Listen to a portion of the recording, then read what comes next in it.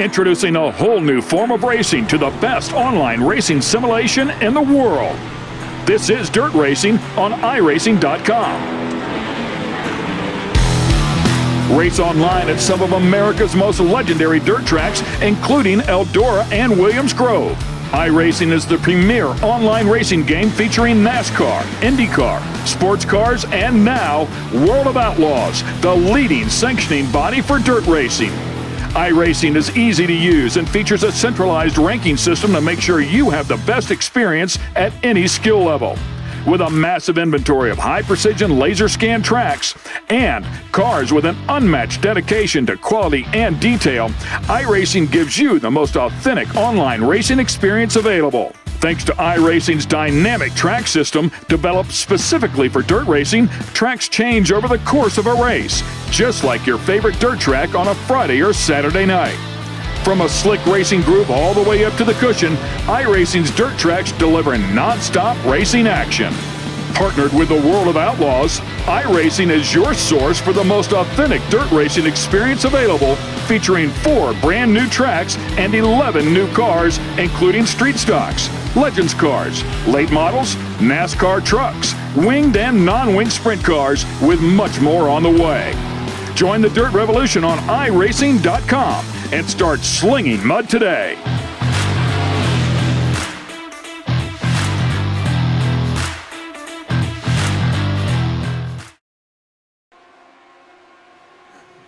Well. Good evening, ladies and gentlemen, and welcome to a little bit of classic racing here.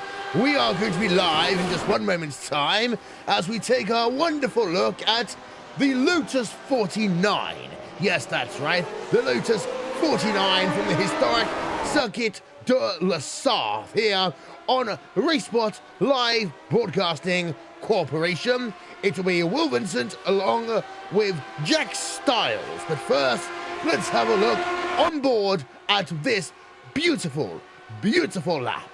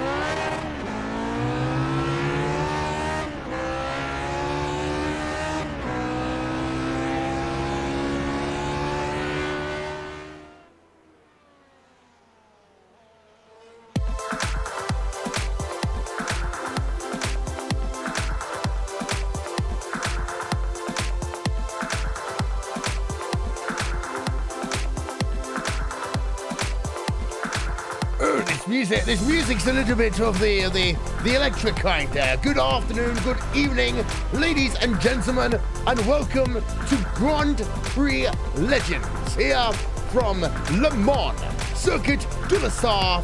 Here, a beautiful day here on Racebot Live Broadcasting Corporation. It's William Vincent along with Jack Styles, and Jack, good evening to you. Good evening, Will. Is this all you're going to say to me?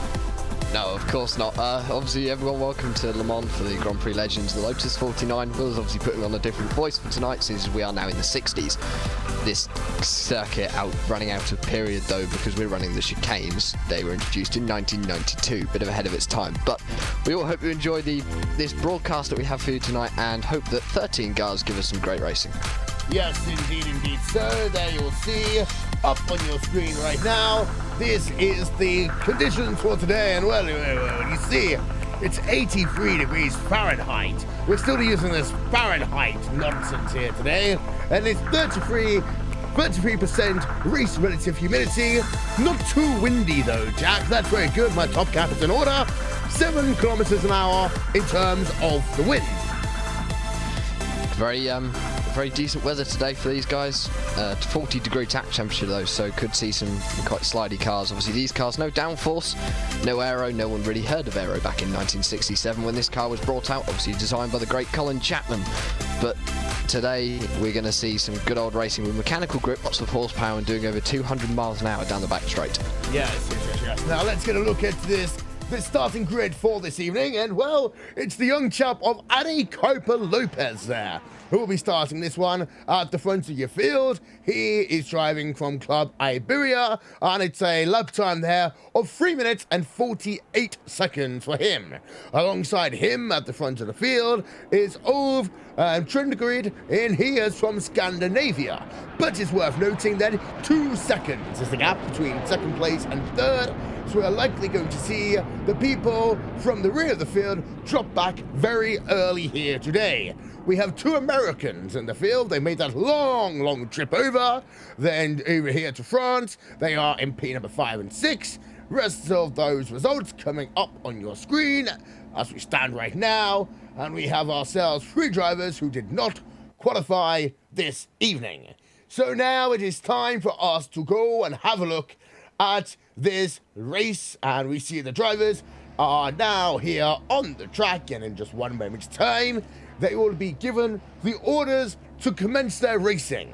Now, of course, in the old days, we used to get the people to run to the cars here at Le Mans, but we've been told now it's a little bit too dangerous to do so. So what instead we'll do is wait for those lights to go on and those lights to go off. That is what happens. We are now underway here at Le Mans for 10 laps worth of racing. Beautiful cars coming down in towards that first corner jump.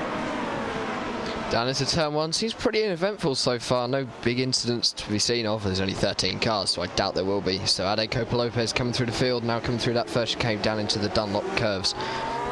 He's already got a half-decent gap. That's very surprising. His gap is already 1.1 seconds over Ove in second place, so already trying to pull a gap. So let's see how well he can do over the next 10 laps.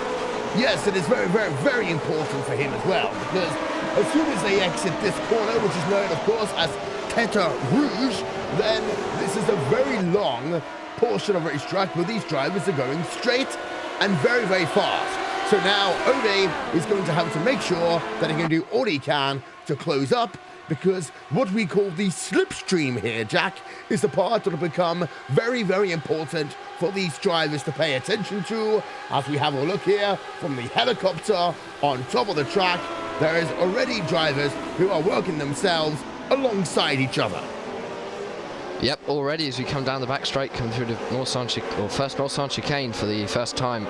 And everyone seems to be pretty uneventful so far. David Barraclough and looks like Jack Ulster there getting a bit of a side-on contact, slightly sideways with David Barraclough coming up the first chicane. Nothing uneventful there. Still holding his positions down in about 8th and 9th place. So pretty uneventful start.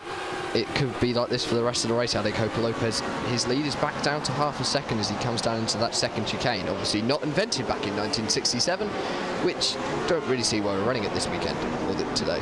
Yes, chicanes weren't invented in the 1960s. We only invented chicanes as a reason of making these cars go slowly. And of course, back in the 1960s, we wanted our cars to go as quickly as they possibly could. We have ourselves now 3 drivers all alongside each other, and it's also worth noting that the helmets are very different as the number 6 machine is turned around there. That is Michael Morrison. He just had himself a little incident there, and you see he's had to retire that car on towards the pit road as we now go on board. And we have a look at a replay here. This is a real live replay with Michael Morrison as he works himself down in towards this chicane. You can see that he puts himself onto the brakes, and then that car loses the back end, and before you know it, there we are, race is all over for him. Yep, race over already for Michael Morrison. It's a shame. One of the 2 from all the way from America here to Le Mans this weekend or today. So that's a shame for him, and he's already gone. So small issues for him, obviously locking up those rear brakes maybe and just getting that rear end loose and not deciding to carry on. So Ade Copa Lopez still at the head of this field by just 0.2 of a second now over Ope Trenigan. So very, very close at the front here. Yes, as you see, Ade Copa Lopez versus Ove. This one has now come down to just 1/3 of a second as they work themselves now through the curves known as the Porsche curves. This is the very far section of racetrack that these drivers are going to have to be very careful through. They exit this one, it is still close, and now they come down into the Ford chicane. And well, when the Lotus was running here, of course, in Formula 1 here, Jack, and this was the time that Ford versus Ferrari was the biggest thing in racing. And of course, Ford wanted to buy Ferrari, they couldn't do so, and then they created that magnificent car known as the Ford Grand Touring. They did and won the 1966 edition of the Le Mans 24 Hours, obviously held here at the Circuit de la Sarthe, and I believe also won it a few times afterwards. I'm not really that sure. My classic Le Mans history doesn't go back that far, but it's the Lotus 49 was obviously built in Norfolk in the UK, built by some turnip farmers, and yes, I can say that I'm from Norfolk, so it's very much a case of these cars are homegrown and well built, and let's see if they can carry on. Colin Chapman obviously did a great job leading Jim Clark to the 1964 Formula 1 World Championship, I believe, in a Lotus. Yes, indeed, sir, indeed, yes. Jack in the number 9 car right now, and this is Jack Olstad. He holds himself from California, which is on the west coast of America, United States of America. He right now is trying to catch up to the rear of the driver of Paul Gruber. However, Gruber himself is very close now. In fact, we will turn our attention over to Gruber because he now looks to try and get a position over Joshua Anderson. In fact, not Anderson even, it's David French there who he gets the position over, and David French now is relegated into the what is known as the 6th position here. Yep, down into P6 for David French there. Unlucky for him. Might be worth going back to the lead because the 2 leaders are only about 1/10 away from each other. Ove is right now on the back of Ade Copa Lopez in that number 1 car, so the lead battle's definitely starting to spice up. Everywhere else, everyone's starting to get a bit spread out now. David Barraclough and Heidi Kovisoto, what an interesting name that one is, just running down there at the back in P8, 9 and 10. So everyone seems to be settling down into a groove on lap 2 here. Eight more laps to go after this one, so this is definitely a race which is panning out well. Yes, indeed, and if you'd like yourself the opportunity to take part in the conversations, you can do so on our social media channel, that is racepod.tv. And Ove there had himself a bit of an issue on the exit of the Mulsanne corner, and as a consequence of that one, he has been relegated now down into the 3rd place in this event, Jack, and that is a slow down penalty down at Mulsanne corner. those obviously harsh Stewart's riding that running just slightly wide on the braking zone into Mulsanne corner is a bit unlucky. So down into third place there for Ove. Michael Thomas getting upgraded into second place. Michael obviously his home race. He is from France, and obviously, as you know, everyone should know that Le Mans is in France. If you don't, where do you live? So it's definitely Ade Copa-Lopez has now romped off into the lead. He's got 2 seconds over Michael, and let's see if he can pull away. Yes, indeed so as well. Having a look now through your field, and there's 13 drivers who attempted to start this motor race. 2 of them are no longer running. They are Michael Morrison and Casper de Court. As I just saw there, that Michael Thomas has had himself a bit of a we call it a difficult situation. We'll call that here, as we will now go and have a look at one of these old replays, and we'll show you what's happened to the driver of Michael Thomas, and this is in the corners even, that I like to call the Porsche curves, Jack. Yeah, just running a bit wide there, unlucky for Thomas, and he's out into the gravel there. Obviously, of course, that area now just beyond the gravel trap is a campsite in the modern Le Mans circuit, and back in the 60s, I don't think the Porsche curves even existed. You went straight through to Maison Blanche, and they put them in to obviously slow cars down, which is not something we wanted to do back in the 60s. No, we like to keep the cars running as fast as they possibly can. Of course, Grand Prix and endurance racing was all about to see how fast they could push the envelope, be it over here at Le Mans, be it at circuits in Spa-Francorchamps, or be it over at that oval race that they like to call the Indianapolis 500. As French is now in the 6th position, and he is racing still with the driver of Paul Gruber, and Jack Oersted remains in that 7th place on track, as Jack Oersted is the latest driver, by the looks of it, now to have a penalty for the going over curves. And actually, no, I take that back. He was just very slow there as he now comes down in towards the Tete Rouge corner. And this is now where we see the cars going very, very quickly once again. And it's also interesting to note about the Porsche curve. We talk about the fact, Jack, that they didn't have there's no campsite there even. But, you know, back in the 1960s, we would often argue, what is camping? You answer that. I think it involves staying in a very cold evening with lots of beer, usually at Le Mans. So beer. We like beer. Of course we do. We certainly do. Well, yes, indeed, sir. And you know what? A good pint of nice British ale is always a good way for us on a cold evening to experience this campsite. But always the French will be hospitable and lovely wine also in this region here at Le Mans, as the helicopter camera will once again show us this 2-driver battle, as David French now is ahead of Michael Langford, as David French will get himself, for a moment, this 7th place on track. And these are 2 drivers that have travelled all the way from Australia and New Zealand to be in this race today, and they are doing a sterling job of being in this field. They are currently, I must say, 22 seconds behind your race leader, but still a very sterling job by them. Very, very sterling job there, obviously. Dave French and Michael Langford sitting there in 7th and 8th. Not the fastest guys in the world, cars number 10 and 11, but they are 23 seconds down now on Ade Copa-Lopez, who stretches lead to just over 3 seconds as he reaches just over 200 miles an hour coming down there on the stretch towards Indianapolis. Yes, indeed, sir. And now this again shows the driver of Ade Copa-Lopez.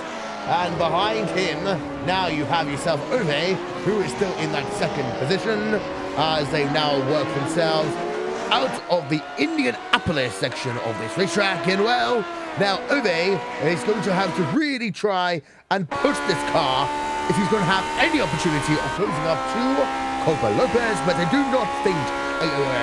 do not think here, Jack, that the opportunities will present themselves now to Ove, because he has lost that very important, very, very, very important slipstream effect on that car. He's completely lost the slipstream to Ade Copa-Lopez, so I think his chances are more or less gone here at Le Mans. And obviously through the corners, these cars have no aero, so there's very little advantage that they're going to gain through mechanical grip, because they need to be nice and slow to make sure that you don't run into one of the walls, which corner obviously coming through the Porsche curves, and also maybe coming through the Dunlop curves as well, as we see Ade Copa-Lopez just coming through the Ford chicane for the third time, going on to his fourth lap with another 7 laps to go here.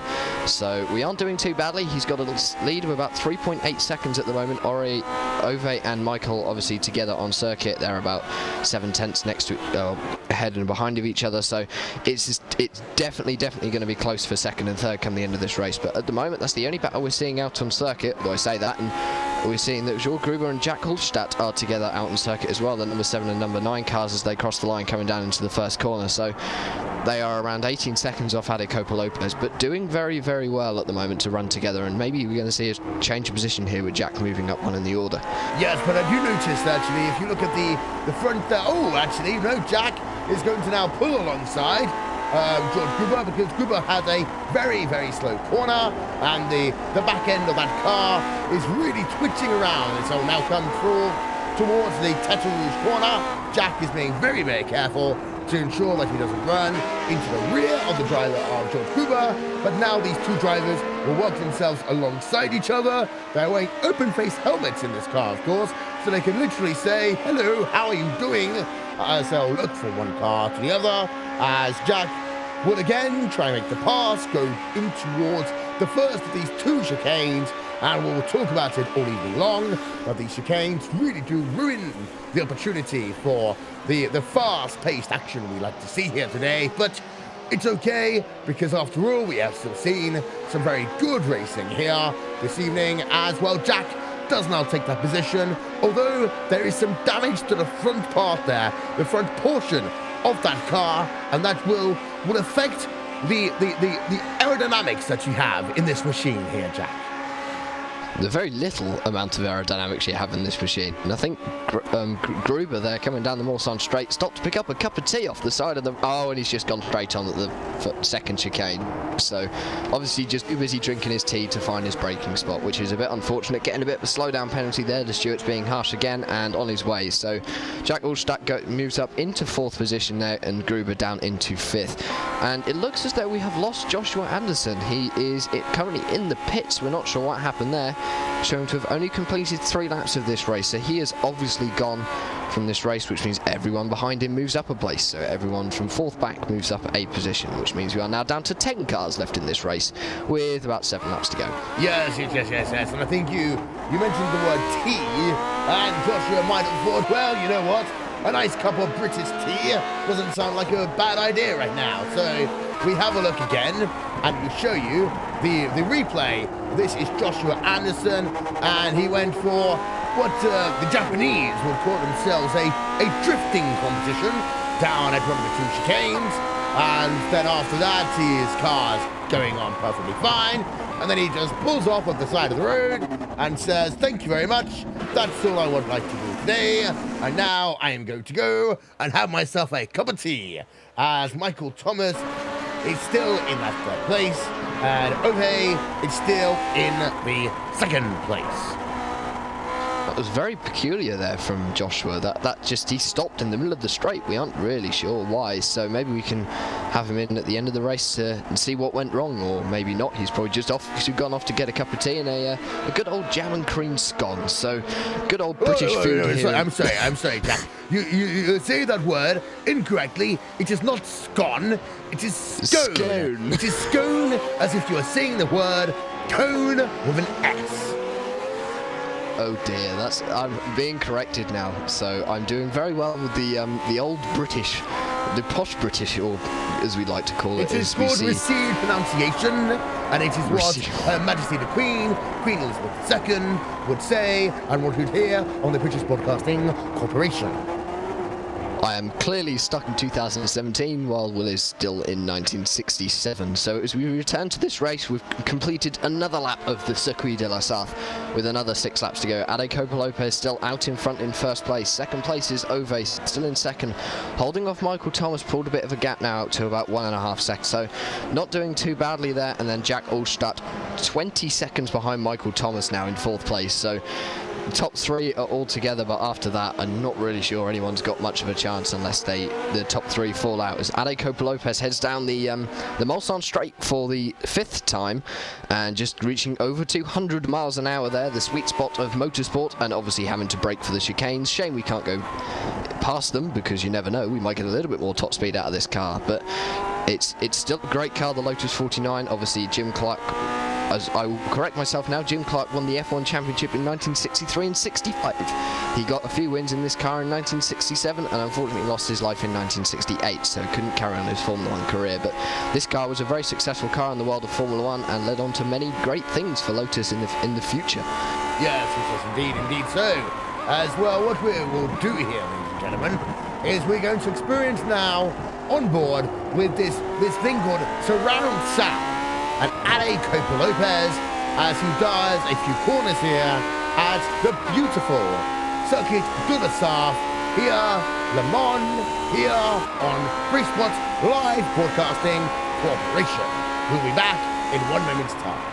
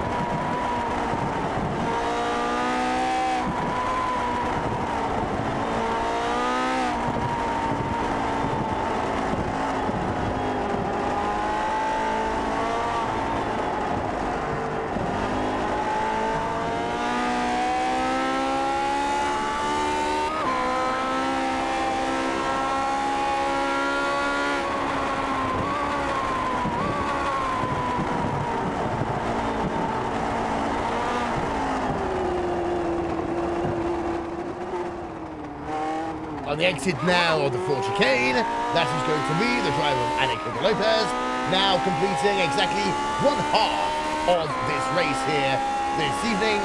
And so we'll now run you through what your current standings and classifications are in this race. And you'll notice that the driver of Obe Trinidad has actually closed that gap down now once again to within 1 second between himself and Ade Copa-Lopez. So this is going to be a very interesting battle for the second half of the motor race, because Obe has closed the gap of 2 seconds in the space of 2 laps. We also have now Michael Thomas. He rounds out your podium in 3rd place, but Michael Thomas has also been able to decrease the deficit. The deficit, just like what we talk about in politics all the time, Michael Thomas is closing that deficit down as much as he possibly can. And then Jack Oersted is in the 4th position. However, he is a rather substantial 27 seconds right now behind the leader of this motor race. And George Gruber rounds out your 5th place with David French. Michael Lanford, they are still battling for position number 6 and position number 7. And David Baraclow is the driver who is currently circulating in the 8th position. And we will show you the battle between Langford and French here once again. The two Aussies are going side by side down the Mulsanne chicane at the moment at over 100 miles an hour. Let's see which one can hit the brake first there. I think it was David French there, just got on the brakes a bit later, unable to take that position away from Michael Langford. So the two Aussies have swapped place.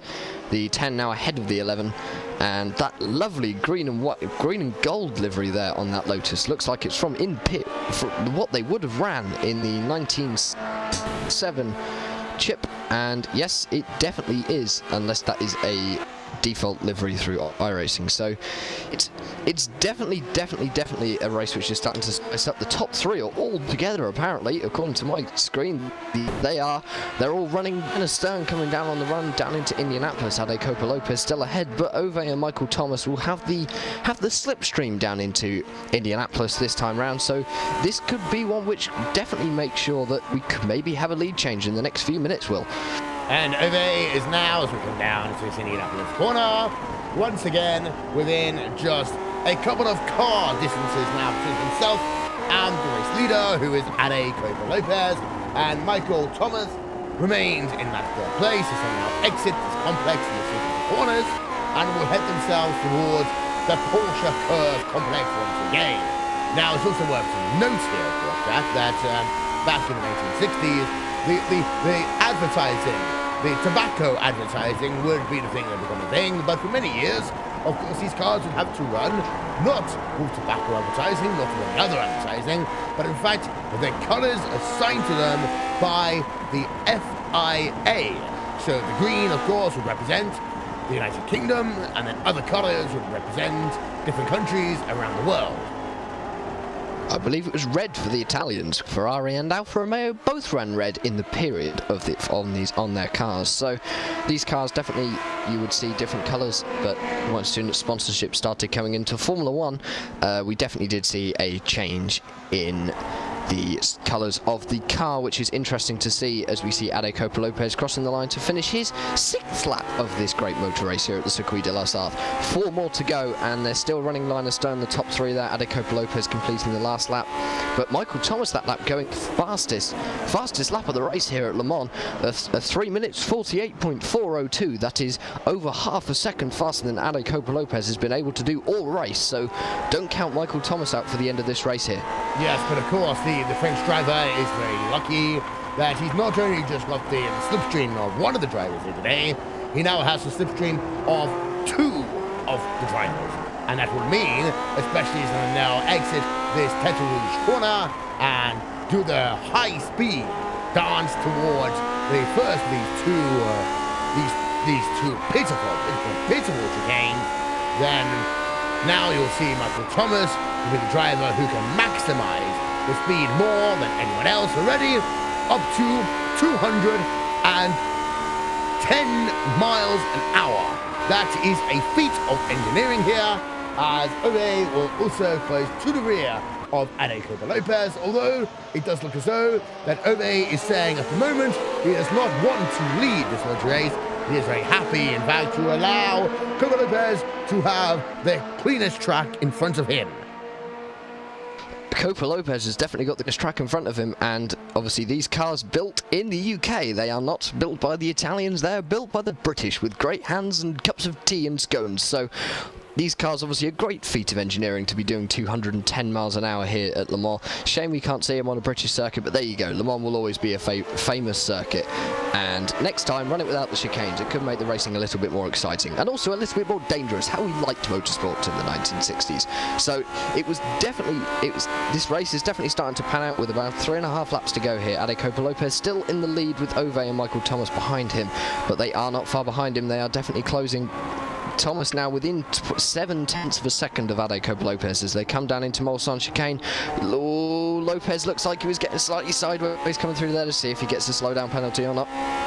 And no, he doesn't, so he is carrying on in the lead there for you. But Ove right back on his tail now after that slip up just behind, and Michael Thomas just waiting for the accident to happen, I think. Yes, and here we go then.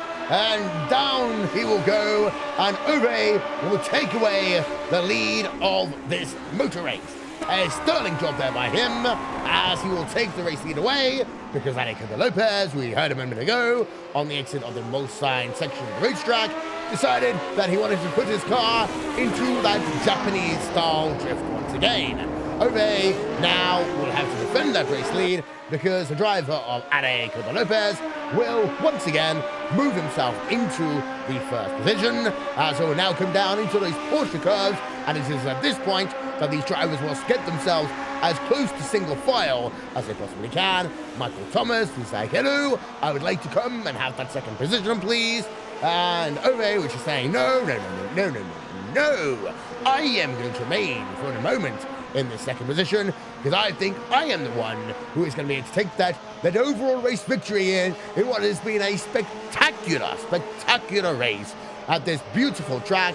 And Ove, he seems to lose some time there in that section, and that will allow the driver of Michael Thomas to once again close that gap just a couple of moments once again. So we'll go single file now for the chicanes named after Ford. Yes, as Ade Copa Lopez comes across the line to finish his seventh lap of the race, 7 lap in the lead, and Ove got to slow down. The stewards once again being harsh for him. Let's see what happened to him there coming out of those full chicanes, as we like to call them. He just got on the curbs and looks as though he was struggling for grip coming off. Those curbs are horrible, them sausage dog curves, but as we see these cars heading down into the Dunlop curves for the 8th time of this motor race. 3 more laps to go here, so it is definitely a race which is starting to hot up. Ade Copa Lopez pulling his lead out to 1.5 seconds now, but Michael Thomas still there saying, hello, I'd like to have a bit of this. So you never know, Ade could lose this top position now. Let's see what happens as they come out onto the Mulsanne straight for the 8th time, and their journey back up to do 100 miles an hour. Yes, and Michael Thomas, as we say now, resides in that second position, and it is interesting to note that the two drivers, they lost themselves about half a second as they did the switching of the positions there, with Ove going down into the 3rd place and Michael Thomas moving himself up into the 2nd place. But now that slipstream is back in the fullest of the full effect, and this will allow Ade Copa Lopez to be drawn closer. If you are Michael Thomas, that gap is now down to about half of a second as they now work themselves into the number 2 chicane. It certainly is. As we look here on lap 8 of this motor race, Michael Thomas still with the fastest lap of the race there, so he is definitely one to look out for, but he is back onto the tail of Ade Copa Lopez here, looking good for as they run out of the second chicane onto that run down to Mulsanne corner there for the 8th time. So this is definitely looking like a race which is starting to hot up. Ade Copa Lopez maybe pulling out a bit of a gap now, maybe having the advantage on top speed here, so he's definitely looking good as we 7.5 laps race distance now, 2.5 more to go, and Michael Thomas has dropped a position. Why would that be?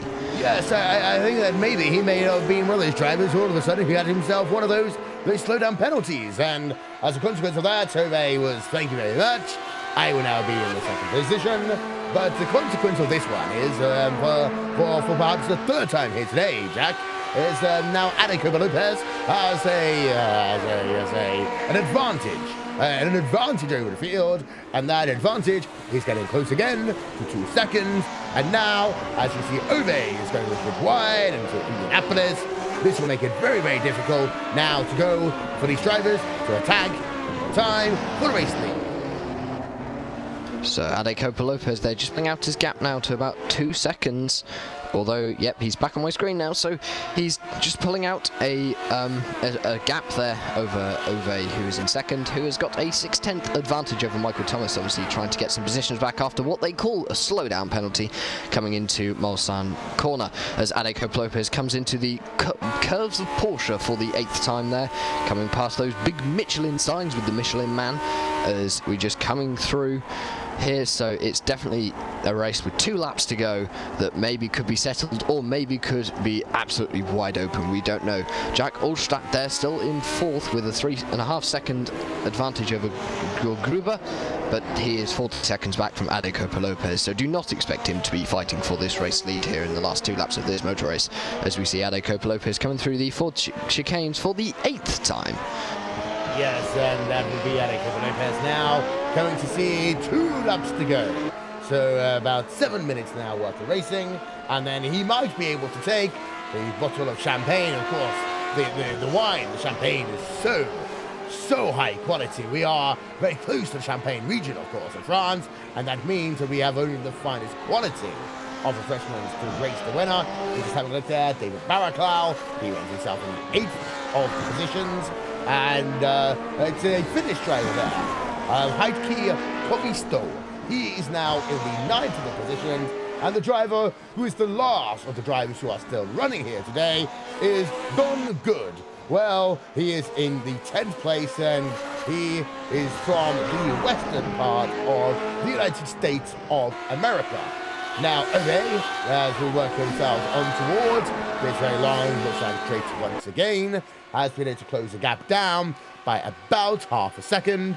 However, you will also notice now that Michael Thomas is now 2 seconds behind Ove, and this will mean that it's going to be very, very difficult for Michael Thomas to win here in a home race. So now, Michael Thomas, you might have to say here, Jack, has run out now of the opportunities to go to that winner's circle. I think the opportunity is gone now for Michael Thomas there, but oh, don't count out Ove. He's slowly gaining back that gap, back to 1.3 seconds now behind Ade Copa Lopez, and is definitely not afraid to stick his nose up the inside, say hello and wave and nod his hat. So he is definitely one to watch for in the last lap and a half of this race. We're coming up towards the second chicane now with Ade Copa Lopez just coming through and back out onto that straight that we call the Mulsanne straight nowadays. So it's definitely one to watch, and now running down into the Mulsanne corner. So is Ade Copa Lopez still continuing this race lead. Ove just 1.2 seconds behind, and Michael Thomas, the homegrown Frenchman here on French soil of the Circuit de la Sarthe, just 3 seconds behind that. Yes,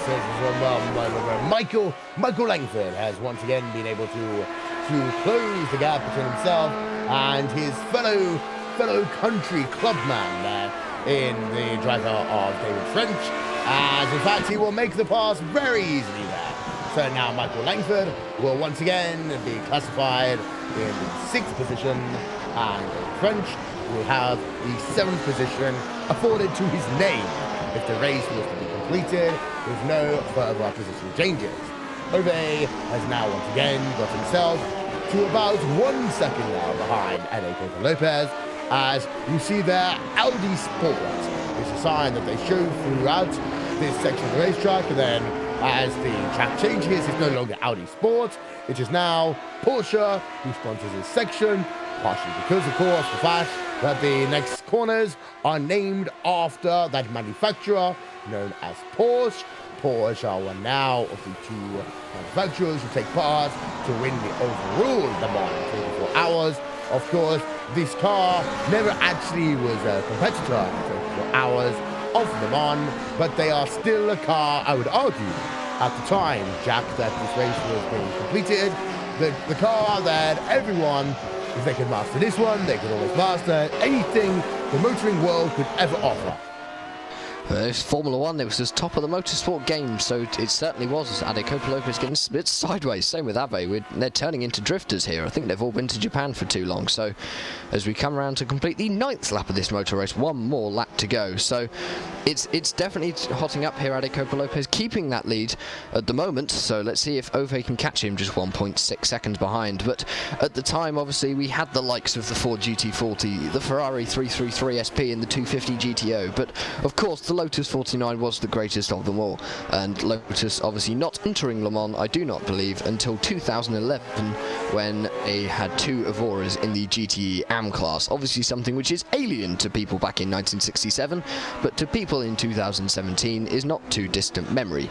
So as we look forward to the 93rd edition of the 24 Hours of Le Mans, I believe, in just a few weeks' time. So, but let's go back to the race here. Ade Copa Lopez coming out onto the Mulsanne straight for the final time of this event with 0.8 laps to go, and Ove just 1.3 seconds behind, but I do not think he has got any opportunities left to get back up towards A, so maybe just going to settle for seconds there. And Michael Thomas in 3rd, but he is now 5 seconds back, so unfortunately I believe his race is over. The Frenchman obviously have to settle for 3rd place on the podium there, but Ade Copa Lopez just trying to keep his lead, but Ove back to within a second. Yes, and the gap though does eke out and goes down and eke out and goes down, and this is it. Cooper versus David French. This battle is one that continues, and it is for that 6th place in the racetrack. They were very close as they pass themselves past the start and the finish line. Of course, the start of the 24 Hours of Le Mans isn't shown with light. Of course, it is instead the French national flag, the tricolore, as they call it here in France, which is waved to signify the start of the 24 endurance hours of racing. As now we have again this very, very close battle, and the gap has come down dramatically. It's come down dramatically enough that we must now focus again our cameras onto it, because the driver of Ove Trengereed there, he has closed that gap now down on this final lap of the motor race, and well, we have seen before that Ove has had the opportunity to not only close the gap, but also managed to get himself past the driver of Ade Lopez. In fact, about 3 laps ago, he was able to do it. In fact, at this very specific portion of the racing track, and well, he looks again to the right, he looks again to the left, but now they work themselves alongside each other as they come towards the Indianapolis section of the racetrack. And now it would be a case of, can Ove close the car and get himself into the corner, because Ade Lopez is just going to wiggle that car for a moment, and Ove, well, he could not there seal the deal, and it does allow Ade Lopez in the number 1 car, winning himself in the number 1 position, to once again get himself to the front. However, there is still one more opportunity, and this is the opportunity that will be on the exit of the Porsche curves, potentially on the run towards the Ford chicane.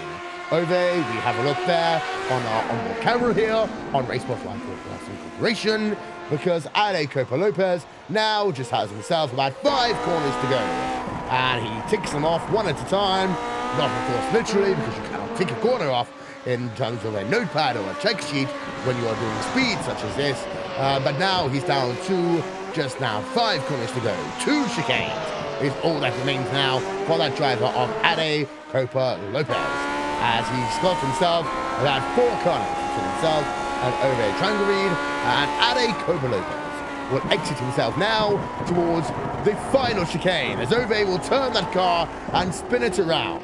That will mean that Ove may actually also lose the 2nd place, as he will spin that car around again.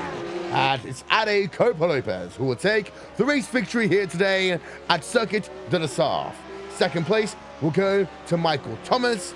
3rd place will go to Ove Trengereed. The reason for that, of course, as you just saw on the back end of our camera angle, in the final couple of corners of this race, down at the chicanes of Ford, we had ourselves Ove Trengereed just having himself a difficult situation where he spun the car, he did not have the traction he needed, and he was relegated from the silver medal position down to that of bronze.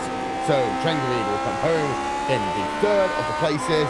We will also, in a moment's time, show you the finish between Michael Langford, George Gruber, and David French, because this one is one that we certainly want to ensure that you have the viewing pleasure to see. And Jack Ulstead will be in the 4th of the positions, Michael Langford in the 5th of the positions, and then George Gruber and David French at the end. It is changing around as we speak, but overall, Jack, this has been entertaining is the word I think you'd like to call it. Entertaining race with some very good demonstrations of driver skill in this difficult Lotus 49. Yes, it definitely has been a demonstration of skill in these Lotus 49s, as we just seen Jack Wolfstadt, he's run out of fuel coming through the Porsche curves, and he's just ground to a halt coming down towards the Ford chicane, and the number 13 of Don Good has collected him and crashed into him. So what a brilliant way to end this race for those 2 drivers. But of course, this has been a great race that we've watched today. Ade Lopez, congratulations for the win there. That was a sterling drive to lead every single lap of this 10-lap race. But it's just unlucky there for Jack Ulstedt. He's had to drop down into the 9th position. David French dropping to 10th at the final hurdle as well. But Don Good there moving up to 8th position. What a brilliant finish for him. Obviously finishing quite a way down from the leaders, as he just comes crawling across the line to finish this 10-lap race here at the Circuit de la Sarthe. Yes, and this is the replay that we're showing now, the replay of Jack Ulstead, and there is the moment. The number 13 car is going to spin the car, and there's a very serious incident there for the driver of Don Good. However, because he has fuel in that car and Jack has none, where it allows Don Good to just put the car back into gear and work the car towards the end of this motor race without any further dissemination or difficulty, indeed, for him. So, let us now show you the results here, the classifications from this event, as Ade Copa Lopez will win by a gap in the end of 6.9 seconds over the driver of Michael Thomas. Thomas finishes in second place because over Trengereed, he loses that final place in the Ford chicane in the final lap of this race, with George Gruber in the 4th position, Michael Lanford in 5th, David Baraclow will come home in the position 6, with Heidke Covisto in 7th place, Don Good in 8th, even though he had the crash with Jack Ulstead, because Ulstead finished 1 lap down, had to bring the car towards pit road and did not complete the event, and David French also finishing 1 lap down here this evening. We will step away here on RaceSpots Live Broadcasting Corporation, and we will go to show you some commercials of other cars and tracks that you, as a paying subscriber, can participate on the iRacing service. We'll be back in a moment.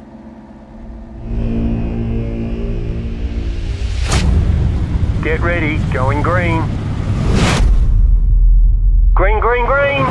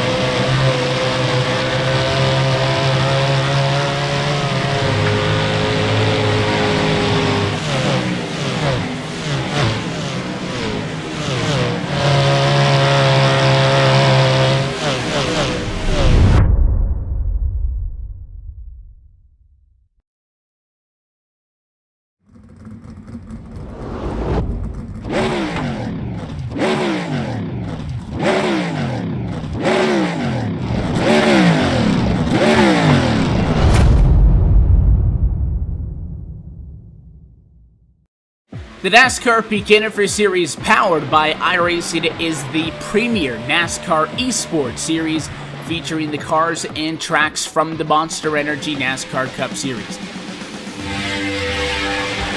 The 2016 campaign saw a return to the top of the mountain by Ray Alfalla as a 3-time NASCAR World Champion. The march to that championship was not easy, though, despite the fact that Ray Alfalla took home the most points in series history. It just also happened to be the tightest championship fight we had ever seen. These guys are set for the 2017 campaign, and as it has been for the 7 years prior, it is no longer going to be a straight shot to the championship. We are going to see the biggest change in this championship picture in series history, as for the first time ever, there will be a chase for the championship. We're going to go into the Homestead Miami Speedway at the end of the season with the 4 best oval sim racing drivers in the world absolutely tied in the championship. You just got to beat the other 3 guys out and you will become an official NASCAR champion. You're going to get yourself a NASCAR championship ring and, of course, $10,000. These are the iRacing Esport World Championships, the pinnacle of sim racing competition. You can catch it all season long, live coverage on iRacing.com/live.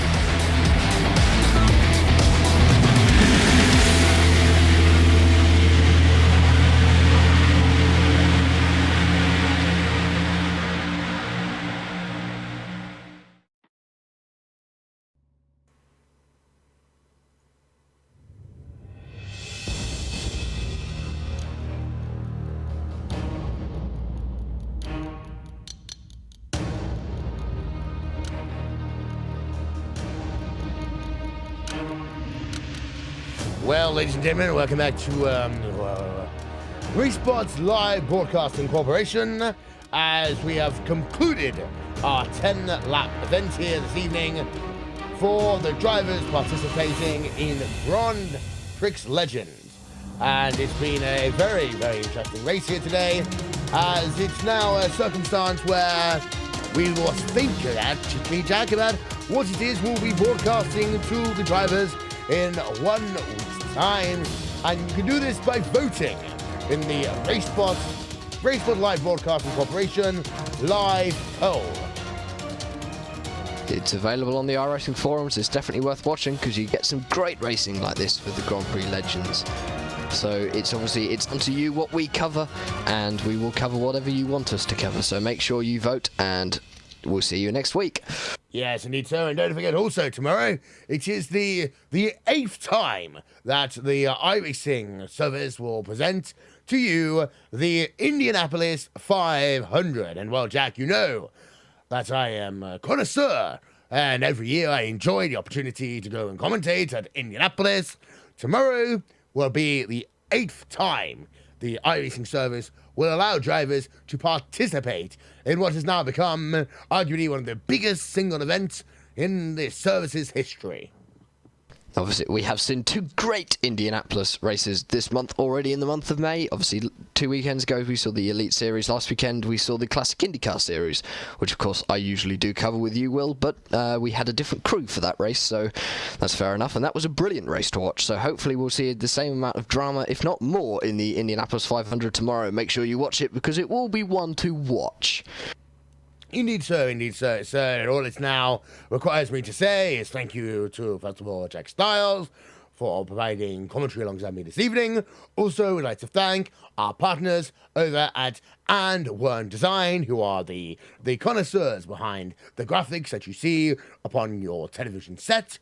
Also, to our partner at ATVO, who provide the technology and ahead of its time for our broadcast, and it allows you to see the race and also understand where the people are on the track in an easy and efficient to understand manner.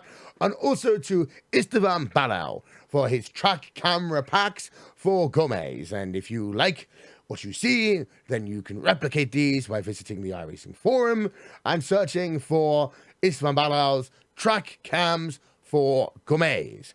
Now, this has been a Racebot Live Broadcasting Corporation production of Grand Prix Legends here from Le Mans, Circuit de la Staff. From everyone here, I am William Vincent. We will talk to you all in just a few moments' time. Good night. God save the Queen.